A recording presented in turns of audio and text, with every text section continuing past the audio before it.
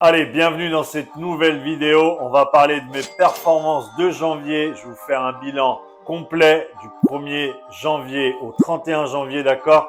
Avec tout à l'intérieur, mes trades, le pourcentage que je prends de risque. On va voir aussi le gain que j'ai fait, les trades perdants, ce que j'ai pu trader pendant le mois de janvier. Comme vous le savez, le mois de janvier, c'est quand même un mois hyper compliqué en trading. Beaucoup de fermetures, beaucoup de traders qui ne sont pas là, donc forcément, manque de volume sur les marchés, peu d'annonces économiques. Donc voilà, vous allez voir que c'est vraiment un mois qui est compliqué entre décembre et janvier. C'est les deux mois vraiment que les traders, en tout cas moi, c'est les mois que je n'aime pas du tout parce qu'il faut vraiment faire attention sur les marchés.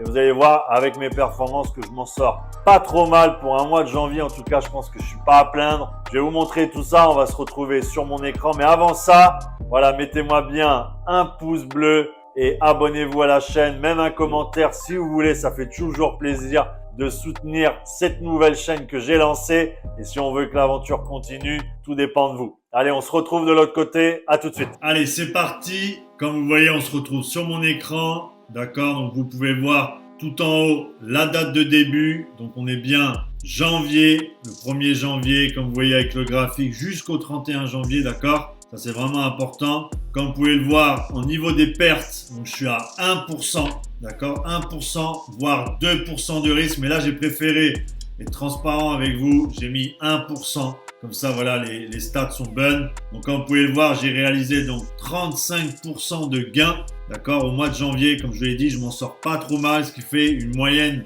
de 2,36 de gains sur le mois de janvier par trade, parce que j'ai fait 15 trades. Vous voyez quand même que c'est un mois de janvier qui est pas trop mal, même avec le moment justement, comme je l'ai dit, beaucoup de marchés sont fermés, il y a beaucoup de choses qui se passent, beaucoup manque de volume sur les marchés, mais vous pouvez le voir quand même que au niveau de mes performances, je m'en sors, voilà, j'ai pas vraiment à me plaindre pour un mois de janvier, j'ai certainement fait pire sur d'autres années, mais en tout cas, voilà, le mois de janvier commence bien, un beau pourcentage.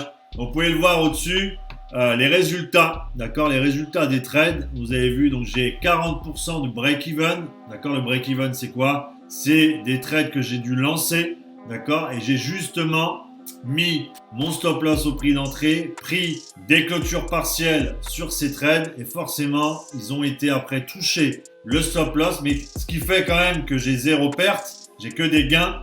Mais voilà, par transparence totale, je vous ai mis les break-even, je vous ai mis, vous avez vu, donc les trades gagnants qui font quand même plus de 50%. Donc si vous calculez les break-even, plus on est à plus de 90% quand même de trades gagnants, d'accord? Mais j'ai voulu vraiment bien détailler. Et vous le voyez, j'ai 6%, d'accord, donc de trades perdants. J'ai dû avoir, donc au mois de janvier, je vous le mettrai pour les autres mois, j'ai dû avoir 2 trades perdants, d'accord, et donc 13 trades gagnants. C'est quand même pas mal, d'accord, pour, je vous le rappelle, une période un peu plus compliquée sur les marchés. Donc voilà, hâte de vous montrer en tout cas les prochains mois. Là, comme vous pouvez le voir, je vous ai mis justement les indices, donc les devises surtout, les plus utilisés. Vous pouvez voir, c'est le NZDJPY qui prend vraiment le reste. Voilà, il prend vraiment un gros pourcentage de ce que je trade. Les GBP/USD, les autres CAD, USDJPY. On voyait un peu tout ce qu'il y a. Vraiment, on reste sur une moyenne. J'aime bien, c'est vrai, trader toujours un peu les JPY. C'est vrai que j'ai une tendance à bien les connaître. D'accord, le but, c'est d'être un peu un couteau suisse. Ça veut dire essayez quand même de trader toutes les devises parce que le problème, c'est que vous le savez, USD, JPY, tous les JPY qui a forcément des opportunités, mais il peut se retrouver une semaine où vous n'avez pas d'opportunité dessus. Donc du coup, il faut essayer aussi de faire les autres devises pour ne pas se retrouver bloqué et justement ne pas prendre de trade à cause de ça. D'accord, le but, moi je suis très concentré sur le forex comme vous pouvez le voir. J'ai fait aussi un peu le gold, mais actuellement, voilà, je suis pas forcément bien à l'aise pour le trader actuellement, donc je préfère le laisser de côté et vraiment me concentrer sur la force du forex qui peut vous rapporter justement un ratio risque-récompense, le fameux RR qu'on entend un petit peu partout, avec en moyenne entre 3 et 5 de ratio. J'arrive à vraiment effectuer sur mes trades. Donc vous voyez, je n'ai pas besoin de multiplier mes positions pour être rentable en trading avec des ratios comme ça, d'accord? C'est vraiment le but du forex sur le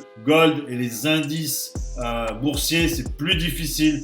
d'effectuer en tout cas des ratios comme ça. Allez, la vidéo bilan, elle est terminée. Vous connaissez actuellement mes performances en janvier. Je sais que vous avez déjà hâte de voir celle de février. Donc, mettez un commentaire en dessous de la vidéo si vous voulez vraiment avoir le prochain bilan de février, d'accord? Comme ça, on fait le point ensemble sur les trades gagnants, les trades perdants, le risque, le pourcentage en gain que j'ai fait justement. Et il faut vraiment être réaliste par rapport à ça, d'accord? J'ai essayé en tout cas d'être le plus transparent possible dans la vidéo. En tout cas, je vous prépare le prochain sujet sur le trading, que ce soit pour les débutants ou les novices. Vous allez vraiment tout comprendre avec moi. D'accord, je vais rentrer dans le vif du sujet. D'accord, donc j'ai vraiment hâte de vous présenter cette vidéo. Je vous dis vraiment à bientôt. Continuez de progresser, continuez de vous former. C'est vraiment important. Et je vous dis bon courage à tous. Allez, ciao, ciao!